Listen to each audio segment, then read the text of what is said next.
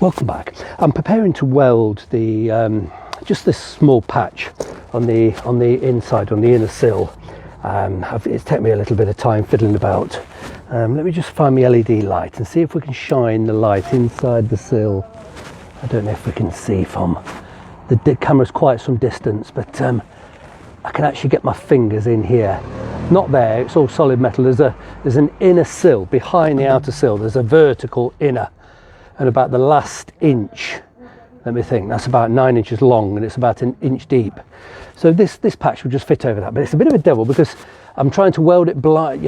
It's hidden behind the outer sill, and I do not want to lose much of the outer sill. I'm only prepared to lose the little bit I've cut out. So anyway, I'm not sure if the camera can, who knows, can the camera see in there? I don't know, but I'm just going to try and place the patch.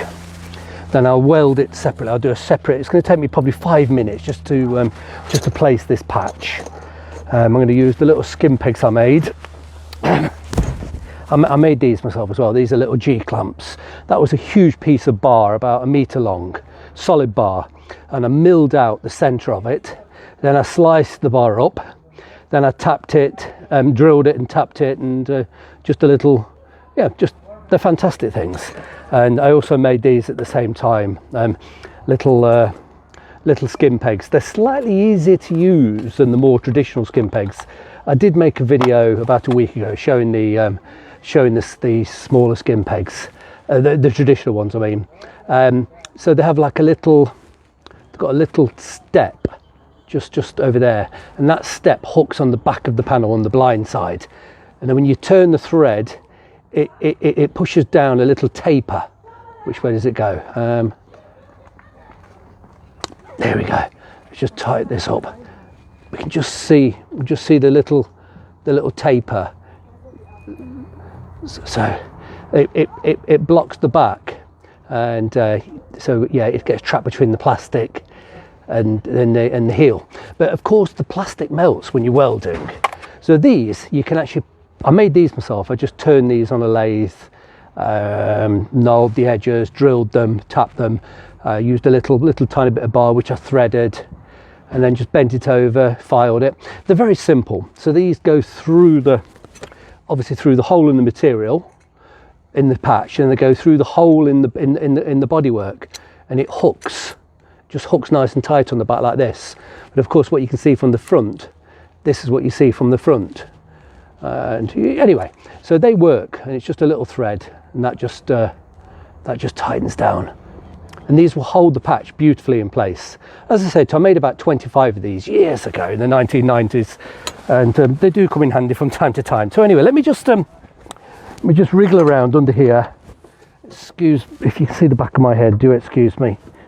I've got the car jacked up quite high, but I've got a huge like a big lump of wood, it's like a solid block of wood underneath the tyre itself, so it's not going anywhere.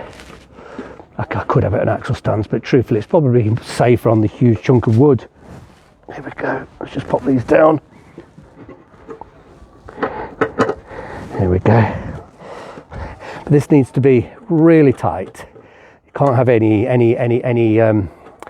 gaps. This gasless MIG wire isn't the easiest thing to work with. Not very forgiving at all, I can tell you.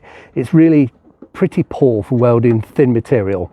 You're much better off to use the argon shield. Because I'm outdoors, the argon shield blows away. So I've bought this gasless stuff, but I have to be truthful, I'm not terribly impressed. It's just, there's a lot more spatter on it as well. It's not the cleanest of welds, so, you know, however much you try, it leaves spatter, and it's just hotter.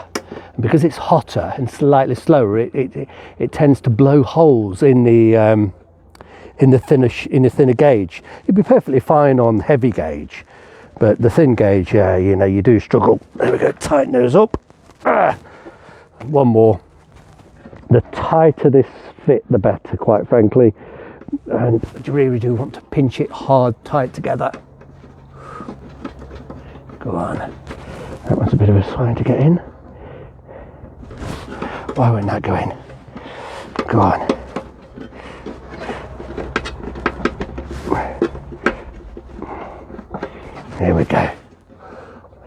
so I don't gash my hands up on this open panel. It's quite sharp on the edge here.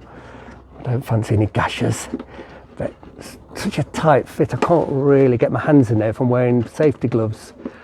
So I'm just trying not to gash myself. Don't fancy any cuts.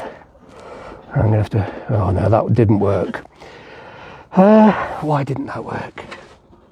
I should have perhaps done that one first, but yeah, I'm actually going to stop the filming because it's taking a long time. I'm going to use these little G clamps just on the bottom flange here, and tie that down with 3 G clamps. I'm going to turn the camera off and redo the patch. I need the final hole. I'm struggling to seat it, so I'm going to take all the pegs out and do this final one as the first. I'll just redo the whole thing, and I'll do another video in a few minutes when I'm actually starting to weld. So because I've got set it off, I'm going to turn the camera off. You don't need to see me remove the patch and replace it.